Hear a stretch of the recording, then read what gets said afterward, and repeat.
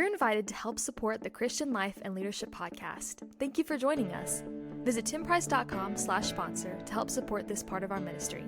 Thank you for your generosity. timpriceblog.com/sponsor.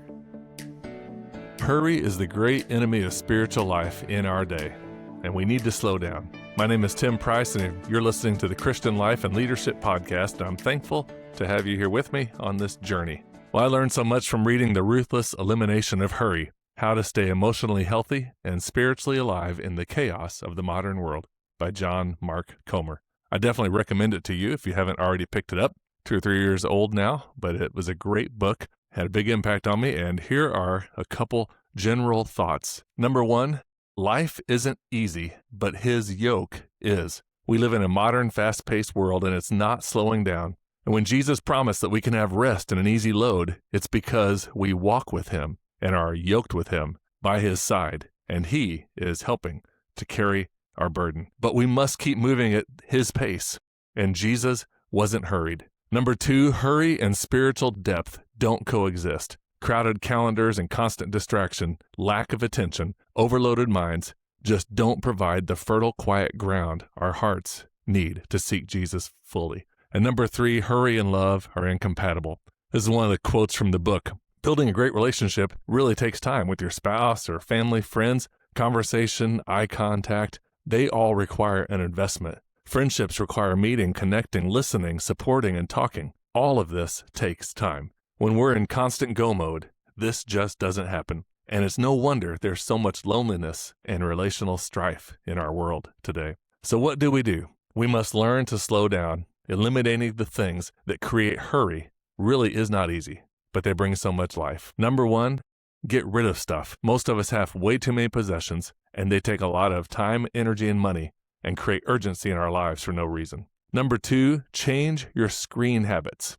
Most of us are experiencing the life-sucking force of screen time and devices. You don't need more time in the day. You need more moments free from the digital rat race. I was reminded again after reading this book how freeing it is to keep my discipline going of keeping my phone in the car during lunch hour and charging my phone in the kitchen at night. Stop multitasking is another suggestion.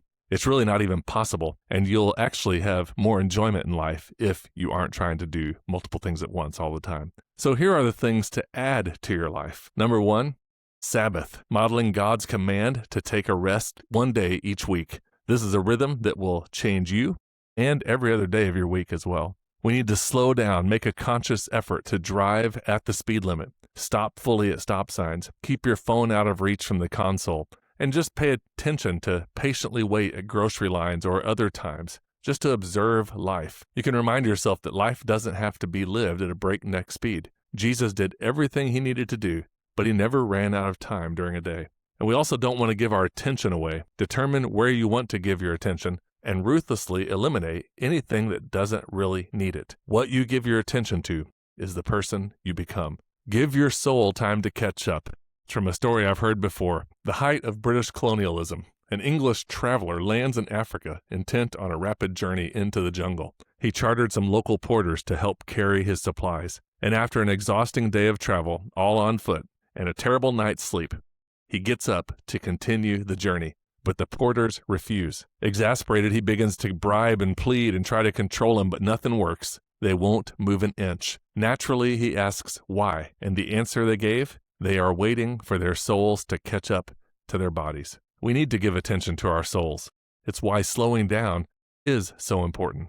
Here's a quote from the book from John Ortberg. For many of us, the great danger is not that we will renounce our faith. It is that we will become so distracted and rushed and preoccupied that we will settle for a mediocre version of our faith. We will just skim our lives instead of actually living them. Hurry is not just a disordered schedule. Hurry is a disordered heart. To be one of Jesus' disciples is to be an apprentice under him. To put simply, we have to organize our lives around these 3 basic goals.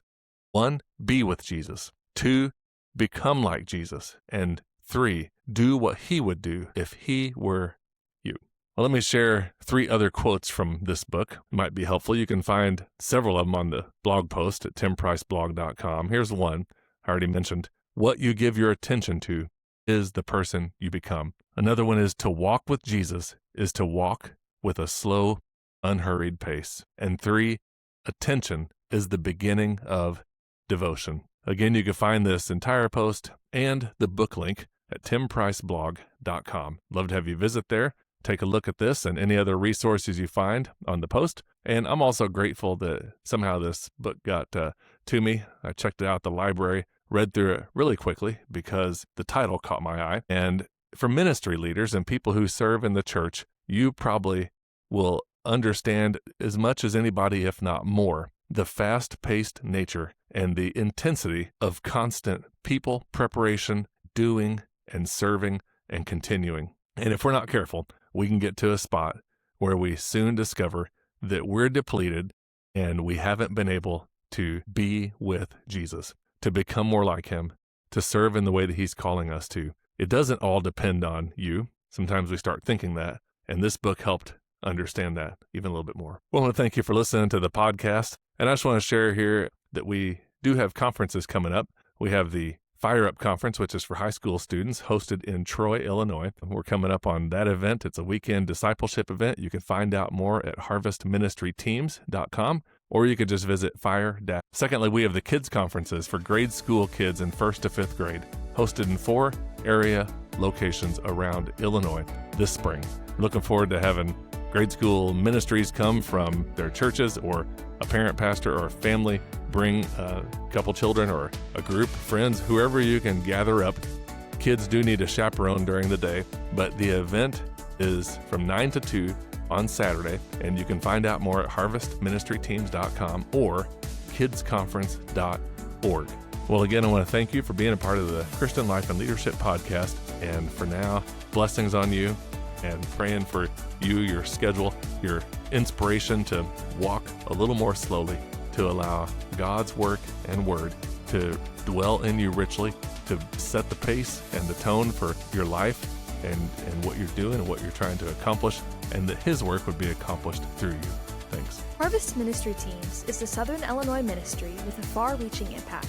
Our website, harvestministryteams.com, has music, resources, and information about ministry events and conferences. If you're in the Midwest, we'd love to partner with you in ministry, and everyone across the globe is welcome to check out the music at harvestministryteams.com/music.